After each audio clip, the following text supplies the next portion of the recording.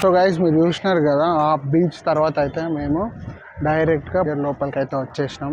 ఇప్పుడు మీరు వీడియో అయితే చూసారు కదా, ఇదంతా షిప్స్ అనమాట.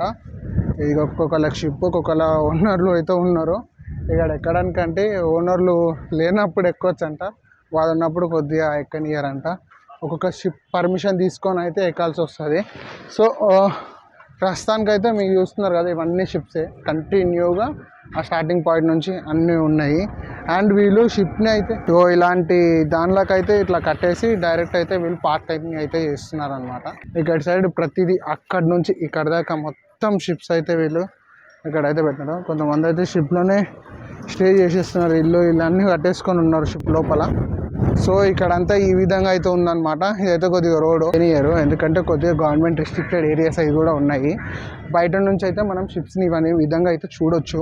డిఫరెంట్ నేమ్స్తోనైతే వీళ్ళు రాశారు. KSKLM అన్నీ, అంటే ఇవన్నీ ఒకే వాళ్ళం అనుకుంటా, అన్ని SKLM అని చెప్పేసి బాగున్నాయి. బోర్డ్స్కి అయితే చాలా డిఫరెంట్ ఉంది. మనకు ఇక్కడ షాప్స్ అయితే ఉన్నాయి. ఒక్కొక్క షాప్స్ అయితే ఇక్కడ వీళ్ళు ఫిష్ పట్టుకొచ్చేసి ఇక్కడ కటింగ్స్ అవన్నీ చేసి ఉంటారు. నాకు తెలిసి మనం కొద్దిగా లెవెల్ ఆ టైం అవుతుంది. మార్నింగ్ అయితే ఉండొచ్చు అనుకుంటా ఛాన్సెస్. ఇది కూడా వచ్చేసి లోపల ఎక్స్పోర్ట్స్ ఇక్కడ మీకు కనిపిస్తుంది, JS ఎక్స్పోర్ట్స్ ఒకటి. ఇట్లా వీళ్ళ కౌంటర్ బట్టి లోపల ఎక్స్పోర్ట్స్ అయ్యే ఛాన్సెస్ కూడా ఉన్నాయంట. ఇది వచ్చేసి Visakha fishing harbour walking installation. ఇది వచ్చేసి HP వాళ్ళది. డైరెక్ట్గా ఇట్లా లోపలికి పోర్ట్ లోపలికి అయితే వెళ్ళిపోవచ్చు. అక్కడ వచ్చేసి పెద్ద పెద్ద కంటైనర్లు అయితే ఉన్నాయన్నమాట. మీకు రాగు చూపిస్తాను చూడండి. మీకు అక్కడ కంటైనర్ని ఎక్స్పోర్ట్ చేస్తున్నారు చూడండి, ఆ విధంగా అయితే ఉంటుంది అనమాట. ఇలాంటి వెహికల్స్ వల్ల కంటైనర్ని ఫుల్ చేసేసి అయితే పంపించేస్తారు. ఇక అంతే. ఇక్కడ నుంచి రైట్ తీసుకుంటే మళ్ళీ మెయిన్ రోడ్ వచ్చేసి లెఫ్ట్ వెళ్తే ఇక డైరెక్ట్ అట్లాంటి కంటైనర్స్ దగ్గరికి అయితే వెళ్ళిపోతుంది. వీళ్ళు ఇట్లా ఐస్ని అయితే తీసేసుకొని ఫిషెస్కి కొద్దిగా స్టోర్ చేసేసుకొని వీళ్ళైతే చేస్తారనమాట బాక్సెస్. ఇంకా లోపల కంటెంట్స్ అయితే ఈ విధంగా ఉన్నాయి. ఇక్కడ వర్క్ కూడా జరుగుతుంది, JCB వర్క్. అవి లోపల వచ్చేసి కంటైనర్స్ అవన్నీ.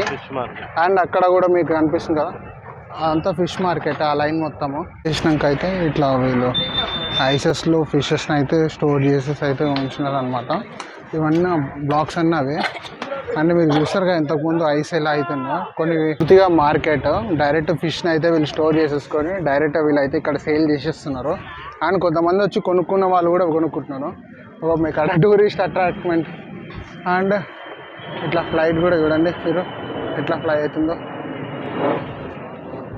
ఈ విధంగా అయితే వీళ్ళు చేపలు డైరెక్ట్గా అమ్మేస్తున్నారు అనమాట. ఇక్కడ ఈ త్రో మనం ఇటు సైడ్ వెళ్దాం.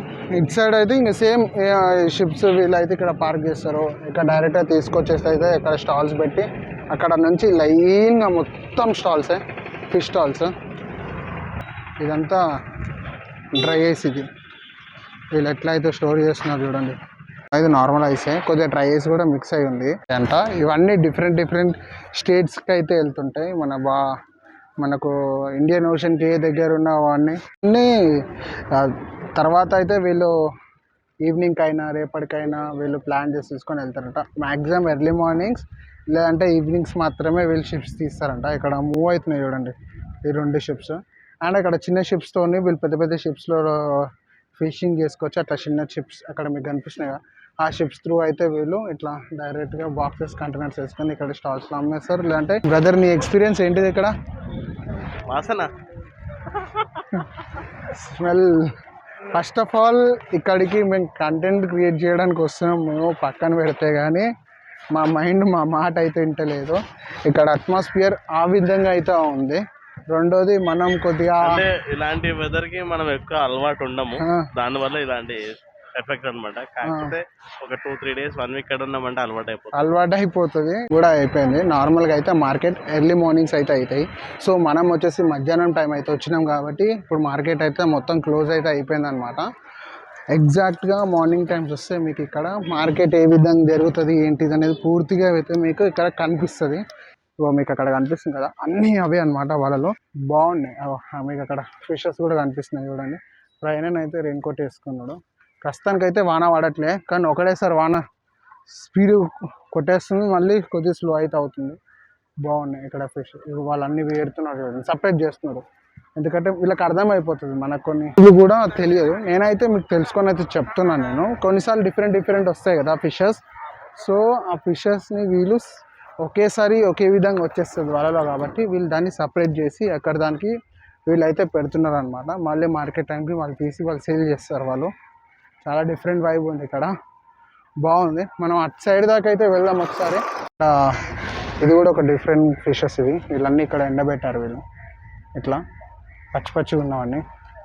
ఇవంతా ఇక లోపల కొన్ని ఫిషెస్ అయితే ఉన్నాయి, కొన్ని నార్మల్ స్టోరేజ్ జాగా ఉన్నాయి. ఇగో ఇట్లా వీళ్ళు చేపలు తీసేసుకొని ఇట్లా సేల్ చేసే వాళ్ళు కూడా ఉన్నారు ఇక్కడ.